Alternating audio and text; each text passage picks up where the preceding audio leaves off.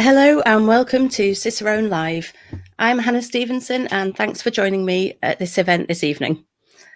Edward Lear asked in 1870, will there be anything worth seeing in Corsica?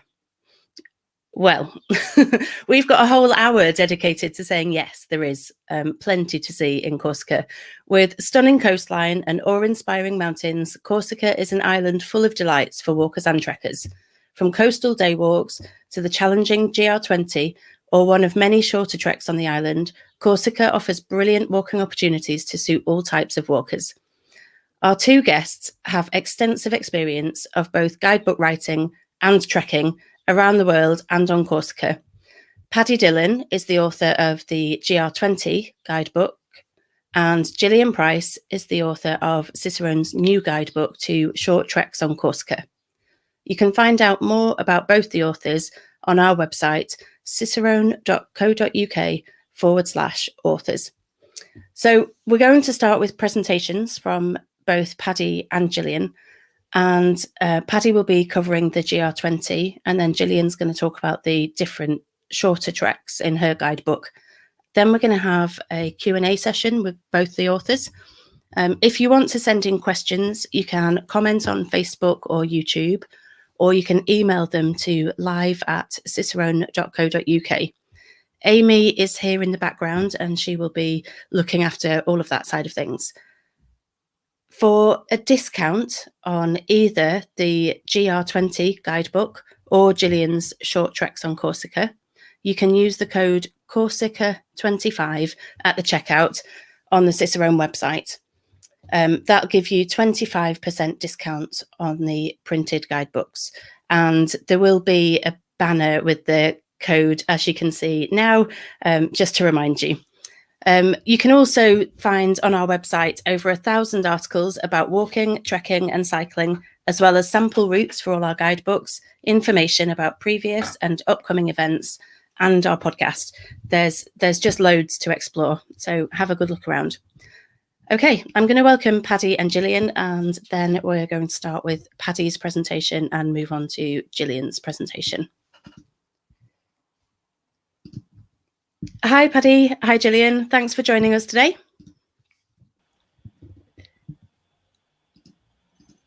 Oh, Gillian, we had a mute error already. We're so 2021. It's fine. I knew it was going to be less professional when Amy wasn't presenting, but it's fine. We'll get that over and done with early on. So thank you for joining us, both of you. We're just going to start now with Paddy's presentation. So I'm just going to remove you, Gillian, again. Okay, Paddy, over to you. All right.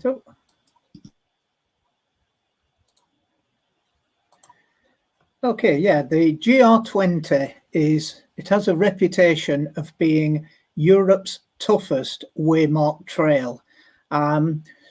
Waymarked in that there are abundant markers to follow. You can certainly find tougher trails by not following a waymarked route. But as far as waymarked routes go, I haven't found anything tougher than the GR20. And all trails have to start somewhere. The GR20 starts in this lovely old town. You could either call it a small town or a large village. But the thing about Calenzana is you won't see another settlement of this size on the GR20, and even then it's only got one supermarket. If you need anything, this is your chance to buy it. You won't be walking for more than a couple of hours before you'll be faced with bare rock, very steep bare rock, maybe chains dangling off it. You are expected to scramble. If you're carrying a huge pack and you're scrambling in a way that you've not dealt with before, if you're a bit uncertain about grappling with rock or dangling on chains, it's much better to get some experience before you go to the GR20 than to try and pick it up as you walk. The reputation of the GR20 is such that they say that about 90% of all who give up the GR20 do so on the first day. So other people will drop out at various stages, but the bulk of people who drop out do so on the first day when they realise they've bitten off more than they can chew. There is a trekking season. This picture was taken at the end of May, and this picture was taken at the end of June in exactly the same location. So you can see the difference there if I just toggle between one and the other. 1 month difference, an entire world of difference. It's not a good idea to be doing the GR20 when there's snow and ice on the ground. So don't start at the end of May. Start somewhere well into June, July, August, September. By the time October rolls around, the weather is definitely deteriorating. So there is a season. It's high summer or nothing on the GR20 as far as an ordinary trekker would be concerned. The refuges, unlike alpine refuges, which are like miniature hotels halfway up the mountain, Corsican refuges are extremely basic, very, very basic indeed. And basic, everything you get is on those little blackboards by the door at this particular refuge. There will be a menu for the meal in the evening, which will be quite expensive. But if you want the meal cooked for you, it saves you carrying everything up the hill. And then there'll be a little list of very, very few provisions that you can buy if you haven't brought anything with you. As far as camping goes, it's behind the refuge and it's literally on bare rock, boulders and gravel. So very, very basic, very harsh conditions, really. So you're not only doing a long, hard walk, you're also expected to sort of suffer a little bit in the evening as well. Not wanted to put you off. Thousands of people walk this route every summer and enjoy it immensely. So the suffering is part of it. When you're high up in the mountains, the route is marked with little red and white flashes. You can see them here where I'm moving the cursor. Red and white markers will keep you on course throughout this journey. If you see a red and white marker, aim for it. If you haven't seen a red and white marker for 10 or 15 minutes, you've probably left the route. Go back and find the red and white marker and you'll be absolutely fine. As far as route finding goes, clearly looking at that terrain and this terrain, you need to watch where you're putting your feet.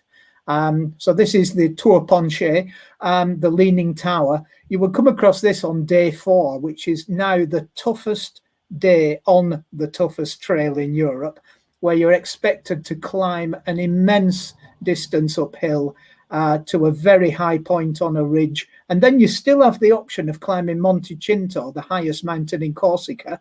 That's going to cost you another hour and a half to 2 hours on a day which is already long, hard and difficult. And again, if you go too early in the season, this could be covered in snow and ice, in which case I would advise don't do it at all. You know, wait for the peak summer period when the snow and ice is gone.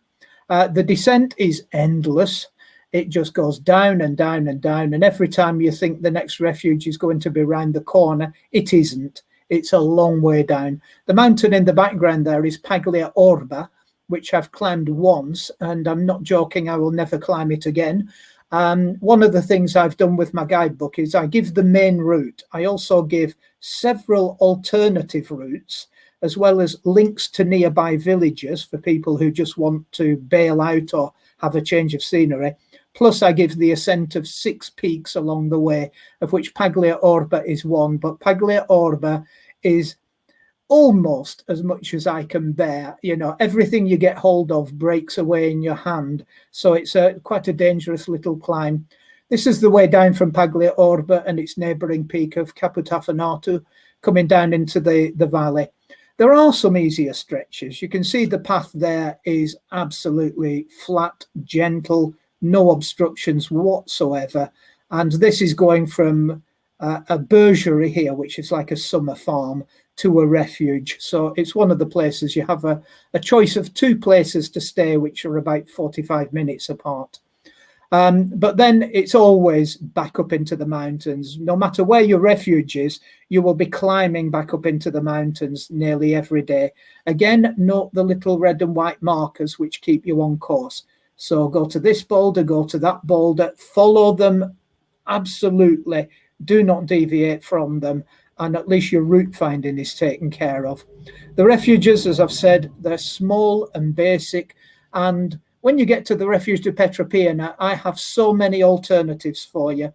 You can spend an extra night here and climb the mountain Monte Rotondo from this point. You can go on the main route, which goes down into a valley on the left-hand side, or you can follow an alternative route, which climbs over the mountains on the right-hand side.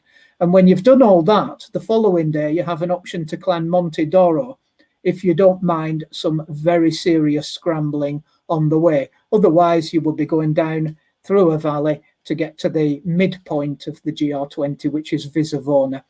Visavona has been described as a train station with 2 pubs.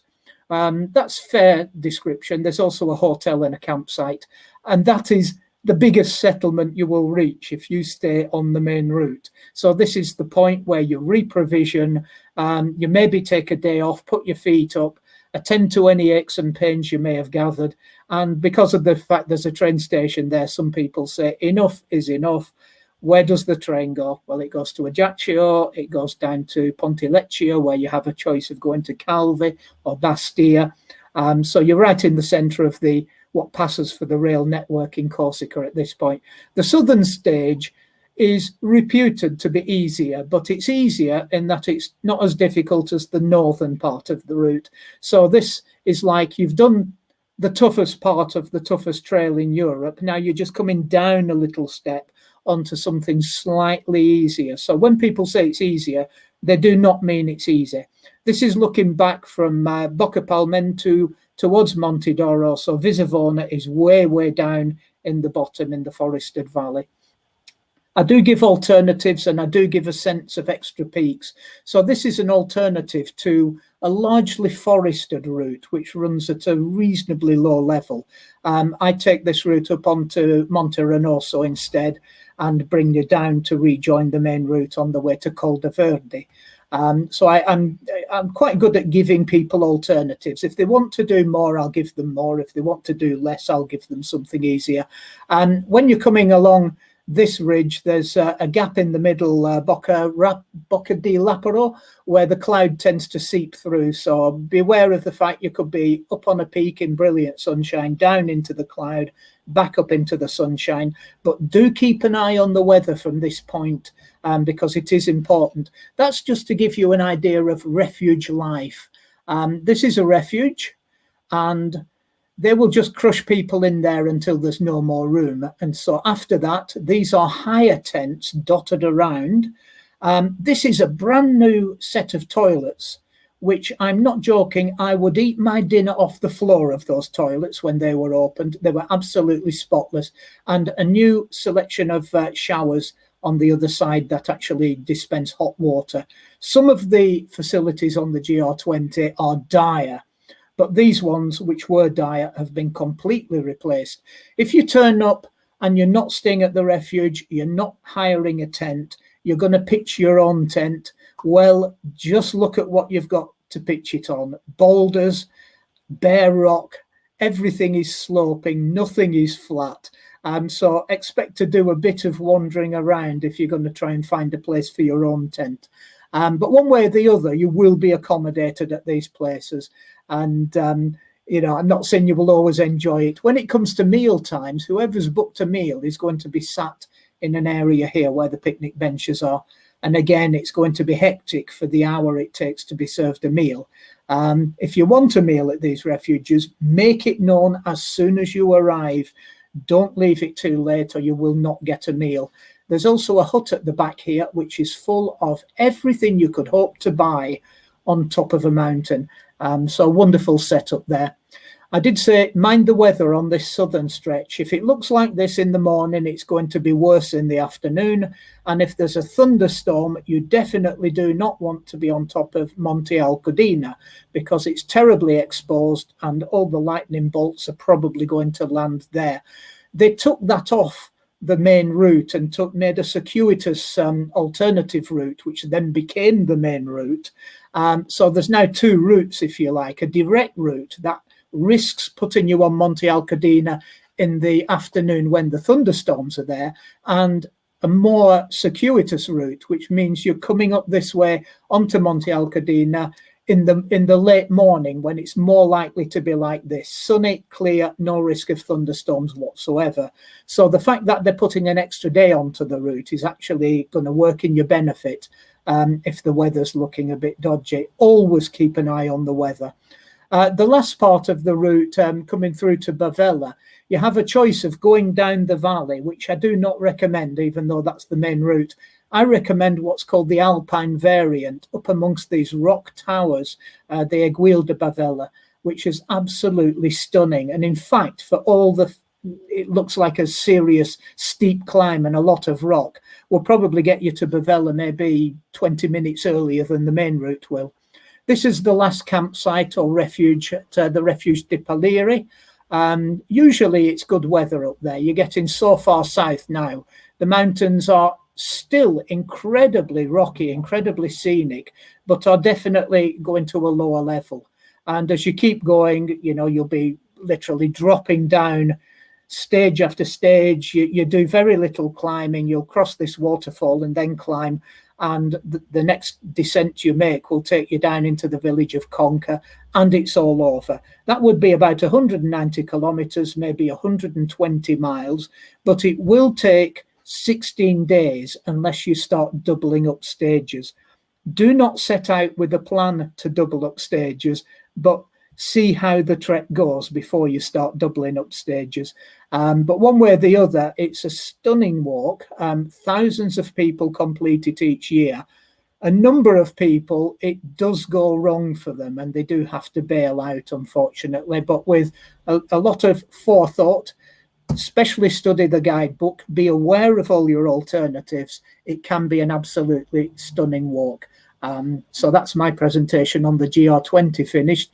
If that's terrified you a little bit, please listen very carefully to Gillian, as she's got some easier treks that you might be interested in. Thank you, Paddy, for that. That was fascinating and surprisingly funny. I feel like we've learned some really good stuff about the GR20 and Corsica, and also some tidbits about you, like eating your dinner off the toilet floor, which I didn't think I'd ever hear anybody say. I'm not joking. Those toilets were absolutely immaculate when they were open. They're probably disgusting now, but they were absolutely immaculate. I would have slept there. I would have eaten my dinner off the floor. They were absolutely spotless. I'm just going to switch you over now for Gillian, and she's going to tell us about the treks in her book. These are easier, but not easy treks in Corsica. So, Gillian, do you want to take over? Thanks, Hannah. So I'd like to entice you onto some of the other walking routes that Corsica has to offer without suffering. We're still talking about long distance treks, not day walks, but these are slightly shorter than the GR20. But before I get onto the actual routes, I'd just like to point out a couple of what I consider the great advantages of these routes. The fact is that each stage ends up in a village, and all the villages have accommodation. And mostly they're those wonderful French inventions, the gîte d'étape. And this translates as a walker's hostel. Now that means a bed for the night. It could be in a shared dormitory or it could be in a private room. You usually have the choice. And there's something called a restaurant. So somebody's there to cook you dinner, usually a wonderful dinner, 3 courses, and they'll get you breakfast in the morning as well. The charges range from about 20 euros for a bed to about 45, 50 euros for half board, which means your accommodation, dinner, and your breakfast. So you don't need to carry camping gear or a sleeping bag, which means a lightweight rucksack. Can we have a look at the map now?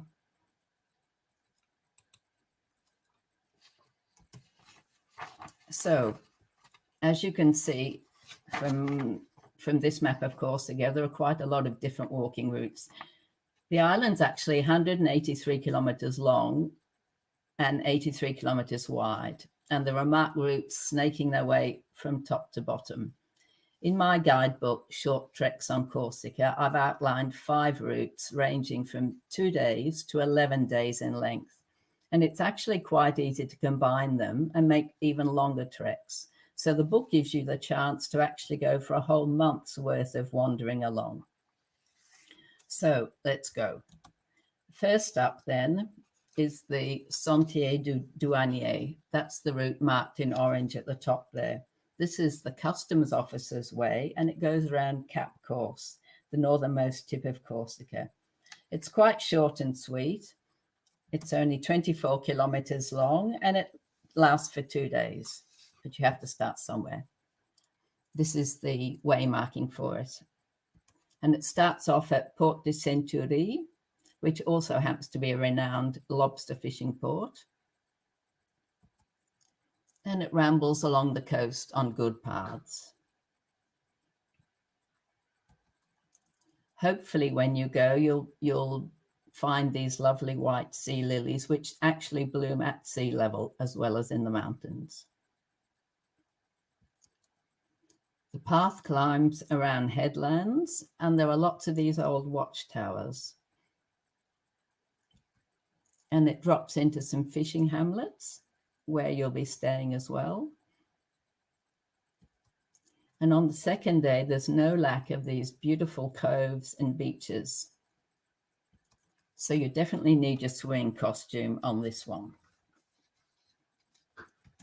Now, the next trek, which is the one marked in pink purple there, is probably my favorite. It's called the Mare e Monti, the Sea and Mountains. And it actually starts at Calenzana together with the GR20 that's on the west coast. And it runs south for 10 days and 122 kilometers. Here too, there are some exciting swimming spots along the way. This is the Fangu Gorge in the second stage, and it runs through red porphyry rock. Further along that same river, you have the first of the wonderful Genovese stone bridges that you get to cross on this trek. And then heading up to the coast again, the Mare Monti drops in at Durolata.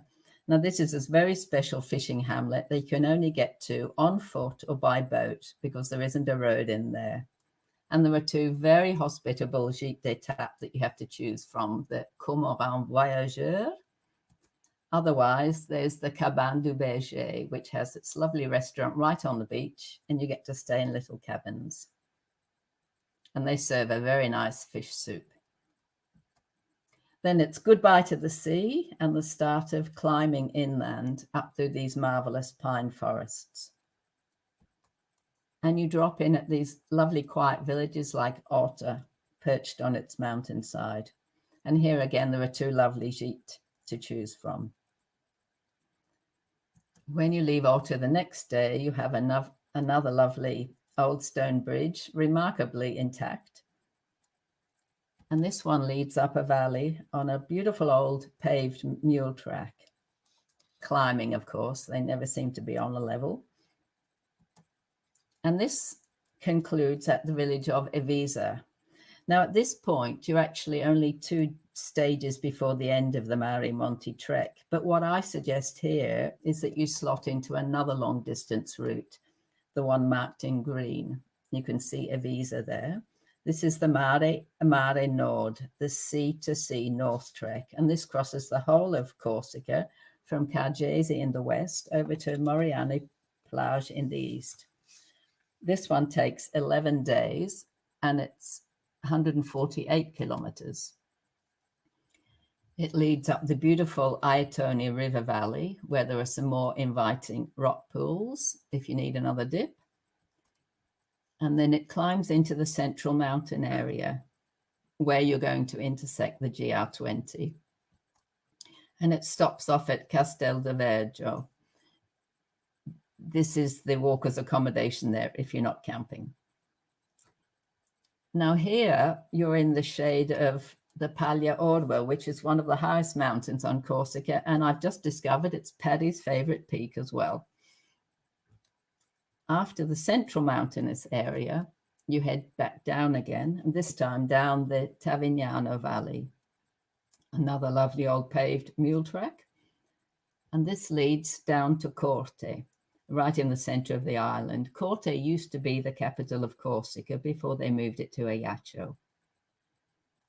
On the other side of that valley, you cross slightly lower mountains, let's call them hills here, and stay at little villages and cross quite a few streams as well.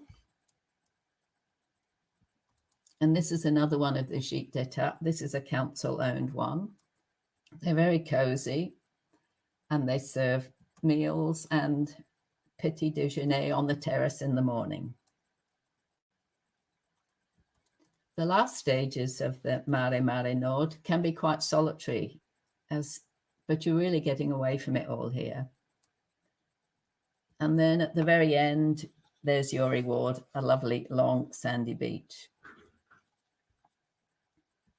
The last two routes I've described in the book are in the south of the island. Starting on the east coast at Porto Vecchio, there's the coast-to-coast trek, the Mare Sud, marked in blue. This one's relatively short, only 75 kilometers long, and it only takes 5 days. So it actually fits very nicely into a 1-week holiday, and it's very popular with the French as well. Hopefully you'll get better weather than we did, because we started walking in snow in late May one year. You usually spend lovely days walking through the maquis with its lovely flowering shrubs like these rock roses. And other days you're walking through olive groves. Here you're in the center of the island, crossing farmland and looking up to the Aguet de Bavella Mountains, which Paddy was talking about. And you can detour to them as well if you like. There's a surprising number of rivers along the way and a great variety of bridges, old and new. The villages are mostly rural in flavor, and the accommodation is excellent. This sheet occupies a converted oil press. Now, as you reach the last stage, not far in from the west coast at Borgo, instead of concluding the trek, I recommend you pick up another route, the Mare e Monti Sud, the sea and mountains. That's the one marked in red. This one leads north from the Gulf of Valincou, and it connects with the Gulf of Ajaccio. And here we're talking 5 days and 66 kilometers. It's usually considered the easiest of the long distance routes, and it's an excellent one to start with. You're taken through Mediterranean woodland and over hills, and you drop into some beautiful sandy bays.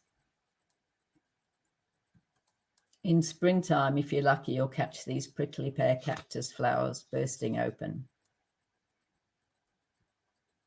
This is Porto Polo with one of its seafront cafes, but they're always a tempting detour before the next climb over a headland. And this one descends to what I consider one of the Trek highlands. It's Kupabia Bay. It's absolutely stunning. Unfortunately, there's no accommodation here, but you can't have everything. And then moving inland, the route follows old lanes leading on through villages. And the concluding day is a long scenic descent to Porticcio. And the walk ends right on the beachfront.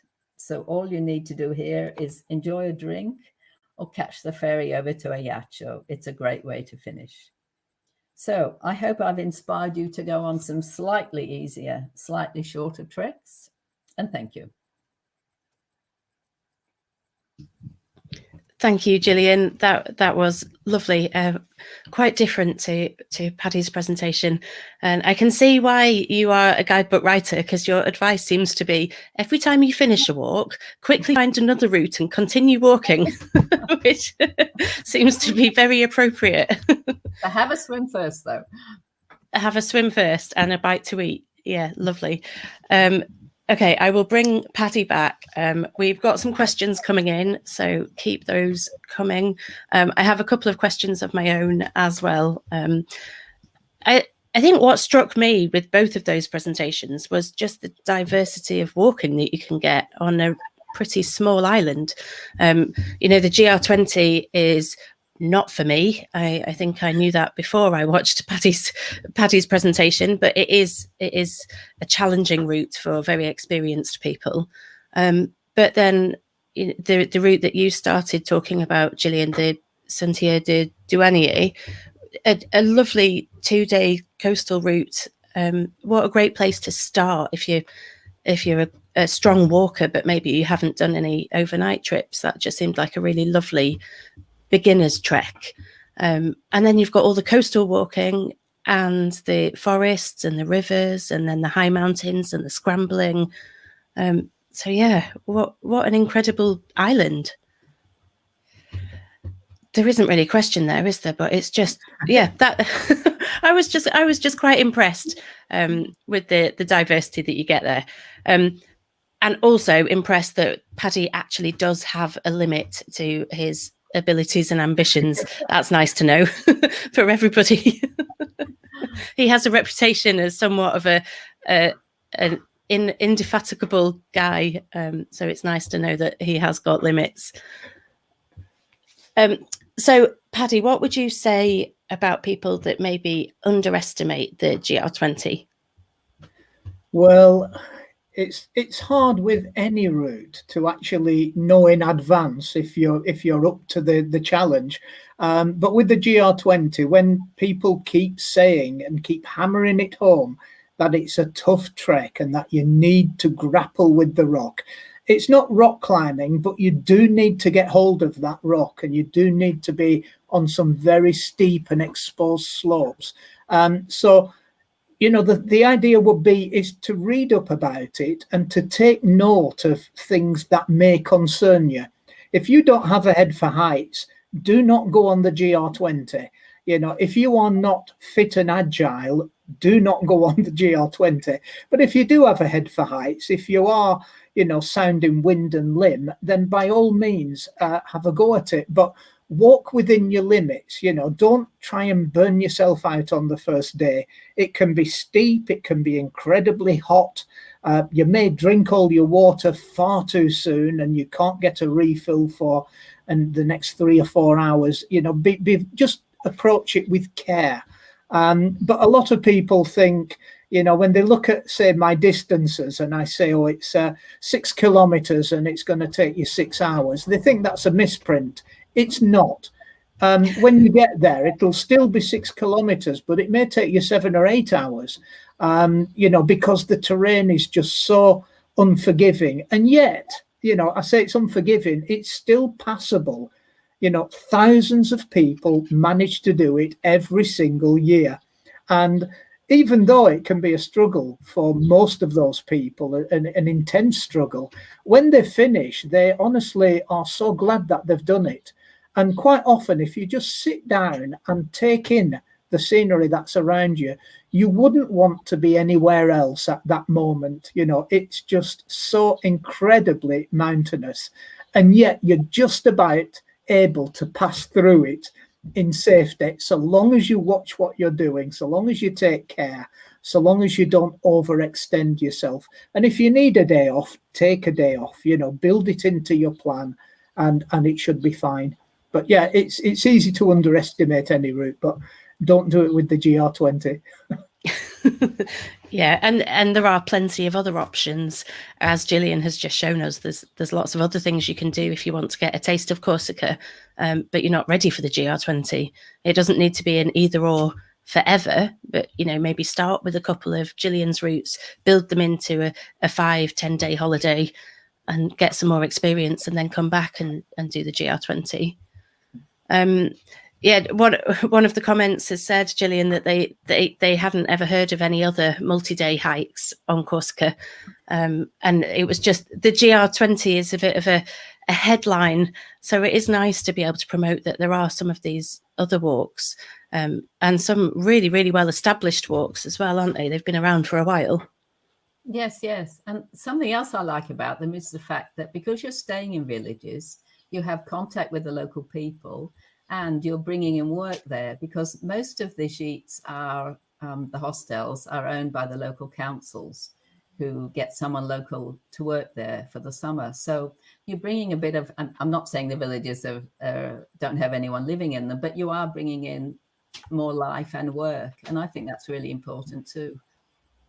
And one thing that shops and going to the restaurants or whatever. Yeah. Yeah, one thing that Paddy mentions as well in his book is that when you're doing the GR20, you can sometimes feel like there's a disconnect between you and the history and the culture of Corsica. So presumably when you're staying in the villages, you're absorbing much more of that. Yes. And in fact, for example, I remember once we were staying in Corte for the night, and we just happened to walk past the church, and the door was open, and there was a group of men in there who were practicing their local singing, which is unaccompanied, nearly always male, totally incomprehensible. I should understand a bit of it because Corsican is similar to Genovese, so there's a lot of similarities with Italian. But it was quite spectacular, just hearing this lovely singing coming out of the church. So things like that, you know.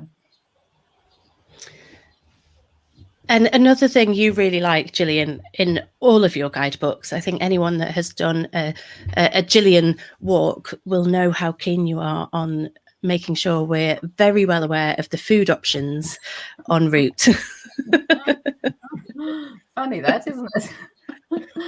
Yes. Well, in fact, one of the Girolata, that little fishing village that you can only walk or boat to, the first time we stayed there, I distinctly remember we stayed at the Cormorant Gîte, and everything that we had for dinner, they'd either caught or made themselves. And we had things like the, what's it called in English? The strawberry fruit, the little round... Arbutus. Arbustier. Yeah, the arbut, yes. And they collected the berries and made jam with it. It was lovely. So there were things like that. And then you'll get fish soup a lot, which is wonderful. And then lots of meat in there. Oh, and then, of course, you've got lots of local beer happening now. And that's very interesting.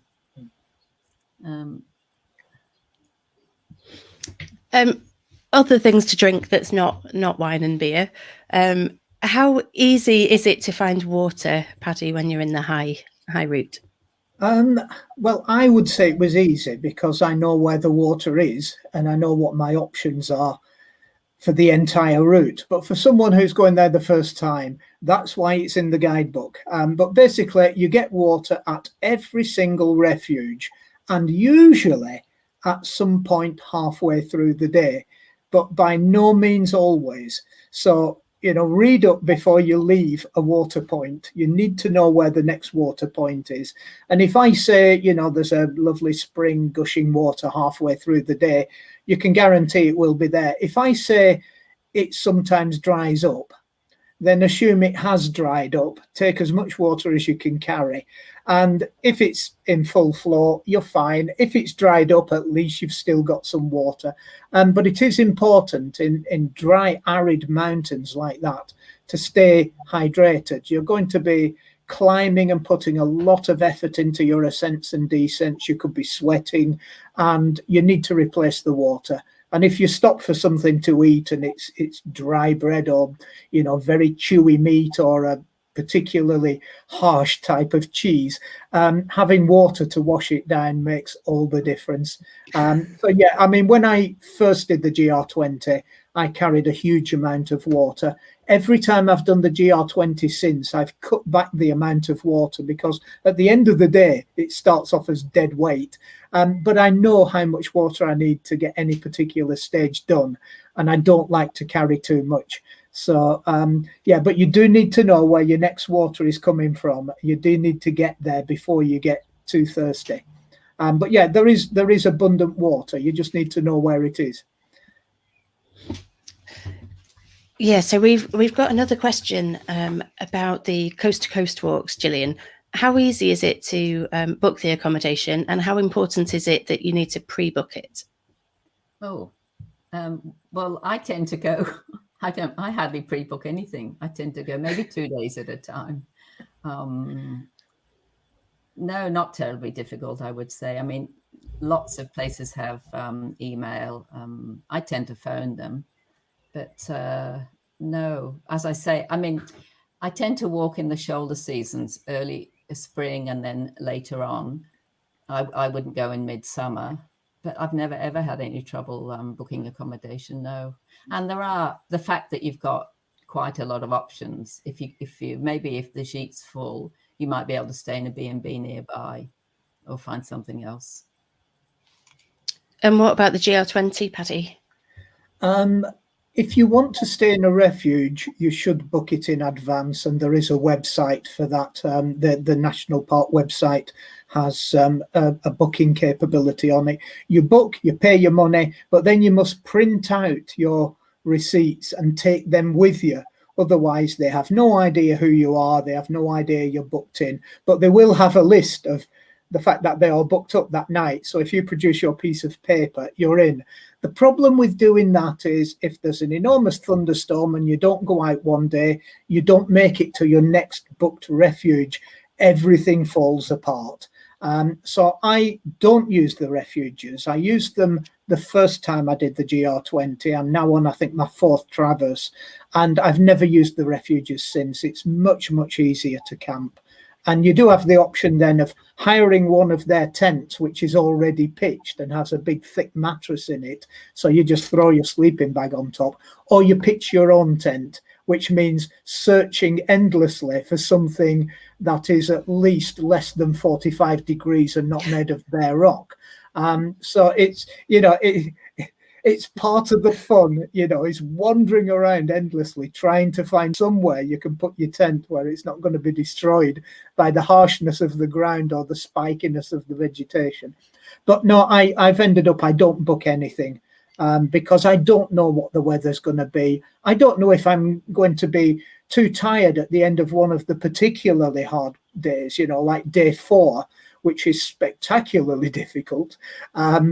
If you find you just can't do another stage after that without a day off, then you need the flexibility. And if you're camping, you have that flexibility.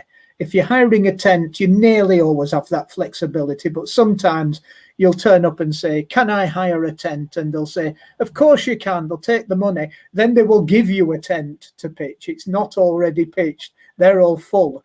They'll give you one, and then you're doing this thing of wandering around trying to find somewhere to put it. But on the GR20, there are hotels in places. There are private refuges, so you do have a bit more flexibility than just the official refuges and the very, very rugged campsites. But they are rare. You'll walk 3-4 days before you get a chance to stay in something that passes for a hotel. And the Paddy Dillon way is not to be too comfortable on this trek, is it? You can't be comfortable on the GR20 anyway. It's made to be rough. So it's just part of the route, the fact that if you're in a refuge, yes, you've got a bed, but you're squashed in like sardines. If you're between 2 people snoring for their respective countries, there's nothing you can do about it, and it's just... I found the refuges okay when it was too early in the season for them to have the staff there, and there were only a handful of trekkers. Once they started getting busy, I was finished with them. I just couldn't cope with them anymore. I just wanted to be outside in a tent and just have a little bit of space around me. But the refuge situation on the GR20, you can only camp near the refuges. You're not allowed to camp anywhere else. So you are restricted in that fashion. And if 300 people descend on a refuge that only holds 25 people, somebody's got to sleep outside anyway. The bulk of them are sleeping outside. And if all the higher tents are full and you're having difficulty finding a pitch for your tent, so be it, But at the end of the day, you will all be camped or staying in or near the refuge. And if you haven't brought any food, you'll be buying whatever meager supplies they have. And if you book in for a meal, at least you've got someone else doing the cooking. But it won't be like Gillian's meals, down on the easier trails. This will be basic stuff, pasta and what I call pork products. We know that they're from a pig, but we don't know what part of the pig or how they've been treated. It's just pork products and pasta. And it's expensive. You'll spend way over €20 for a meal at a refuge, and you may not be full at the end of it. So be warned. Yeah, it's becoming very obvious that there's two definite lifestyle choices here between the Paddy way and the Gillian way, and neither is a badge of honour. It's just a choice. Paddy, can you use a hammock at the refuges to avoid sleeping on rough ground? Not really, because there are so few trees in some places. There are trees at some of the places where you camp, but others of them are just bare open mountainsides, and you would struggle to find 2 points to attach a hammock. If you got to do it once, I would be surprised.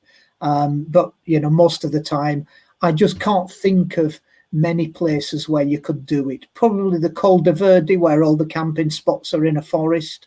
That would work. You've got enough trees to be able to find at least 2 of them that would support a hammock. But if you went past that point up to the Refuge de Prate, there are no trees up there at all capable of holding a hammock. They're all low-level bushes and just bare mountainsides. But yeah, it'd be so hit and miss. It'd mostly be misses. So I wouldn't recommend it. Great. One thing, Gillian, I wanted to ask. I was doing some research for this event. I know it doesn't really show, but I learned that there are 47 types of chestnut on Corsica. Yeah. Oh, 47. Well, it's in your book. But I was going to say, have you eaten them all? No, Can you tell the difference? Well, no, I confess I have a great weakness for their wonderful chestnut biscuits, because as you said, there did used to be chestnut trees used to be really widespread because the harvests were very, very important. And you will often walk past little huts that are called the séchoir huts, where they put racks in them so that the chestnuts could dry out, and then they would use them to make flour so it would last much longer. But luckily they still do a lot of things with chestnuts, like biscuits and beer. You can get chestnut beer as well. I'm sure Paddy knows that. Chestnut cakes. Yeah. They make chestnut flour. They just grind it up so you can use it for baking. It's wonderful. Yeah. I've been there when the chestnuts are tumbling down from the trees and piling up alongside the mountain roads in great drifts, and then people come with their cars and they have buckets and they just scoop them up and tip them into the car boot. It's a massive thing, is chestnuts, so. And when you see the chestnut trees, I mean, you would need maybe 5 or 6 people to join hands to be able to encompass the girth of one of the really old chestnuts. And they will look as if they are dead, but they're still alive. They're the most amazing trees. You don't get them high up on the GR20, but you'll get them on some of my little lower level variants, so yeah.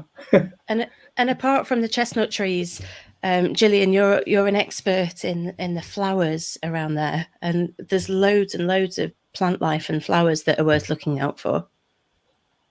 Yes, the rock roses, the cistus, are very common in the lower, in the maquis, and then you've got lots and lots of lovely herbs as well, and lots of lavender. You'll have to learn the difference between French lavender and English lavender. It's quite a different flower.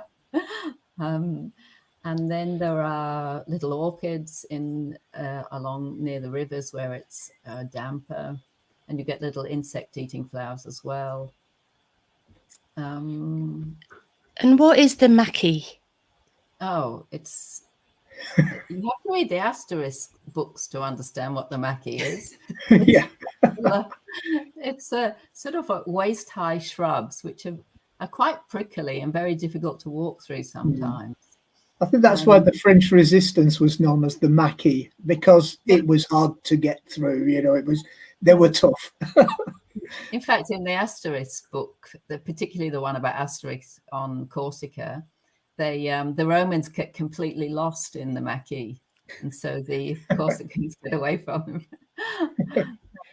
But it has a very distinctive scent, is that right? And that's why Corsica is known as the scented aisle because of this really strong smell of the maqui that sort of permeates everywhere. Yes, all the different plants which produce oils that then, which also means that it burns very easily. Yeah. So in fact, yes, fires are not unusual. But then it grows back again really quickly, particularly the rock roses. They're one of the first plants that come bursting back again after fires and things. Yeah. Yeah, I've had to alter my guidebook in places where there's been a forest fire. And instead of saying tall pine trees, I'm saying that the whole place is covered in cistus or rock rose. Yeah, exactly. It's as simple as that. You know, the tall trees are gone, the burnt trunks are just lying there, and then up comes the cistus to chest high, all the flowers on it at the right season. And it's a complete change. You know, I can't leave the description as it was. I have to change it to something completely different. Yeah, it sounds like, I mean, we could see from the pictures that Corsica looks beautiful, but it does sound like it smells really good as well. Another thing that you both seem quite passionate about in the books is not taking too much equipment, and how taking too much equipment can just make for a miserable trip. Gillian, do you want to talk about that for a sec? Well, I mean, what do you need? More than 2 t-shirts, change of pants, and a very lightweight rucksack. And it's a matter of thinking, do I really need that? Do I really want to carry it with me? And I mean, my cutoff point is usually 4.5 kilos, including the rucksack and including a bottle of water, but that's only half a litre.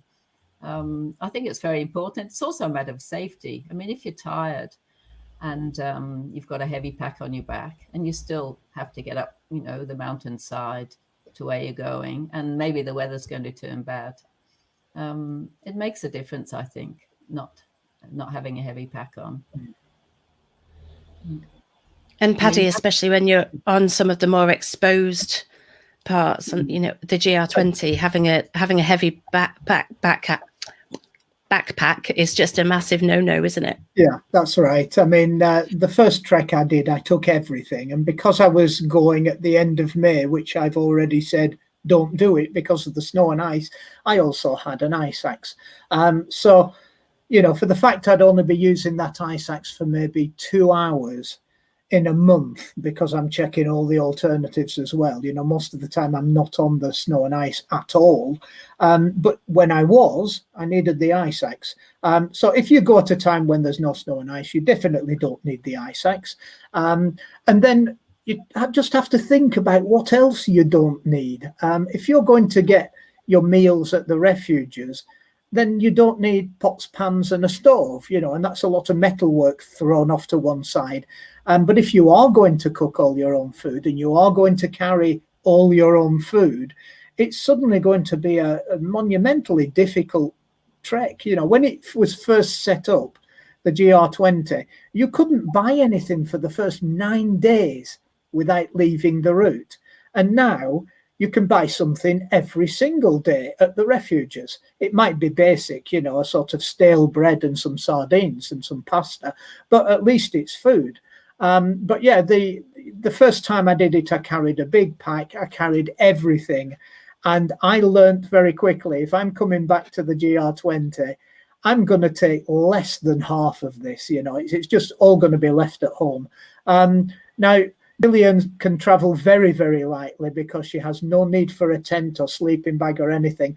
But my tent is less than 1 kilo. My sleeping bag is 700 grams, and a considerably thick mattress and airbed, again, is only like 500 grams for me. So it's only like 2 and a bit kilos is giving me that extra coverage that I need if I'm not going to be staying in a refuge. I'm going to be staying outside in a tent. I've got the cover there. It's good insurance to have 2.5 kilos worth of gear just to cover you for any eventuality. And then after that, if you start piling things in, most of it is what I would call luxuries. You know, there are things you don't need, but people take them anyway. So I have a kit list of things that I consider essential for the GR20. They wouldn't be essential if you were doing the easier treks. You could leave some of that kit out. But then I also have a kit list of things that are not essential. And I know Jonathan, the boss of Cicerone, picked me up on one of them. I said a camera wasn't essential. Well, it's not in terms of putting one foot in front of the other. A camera isn't going to help you.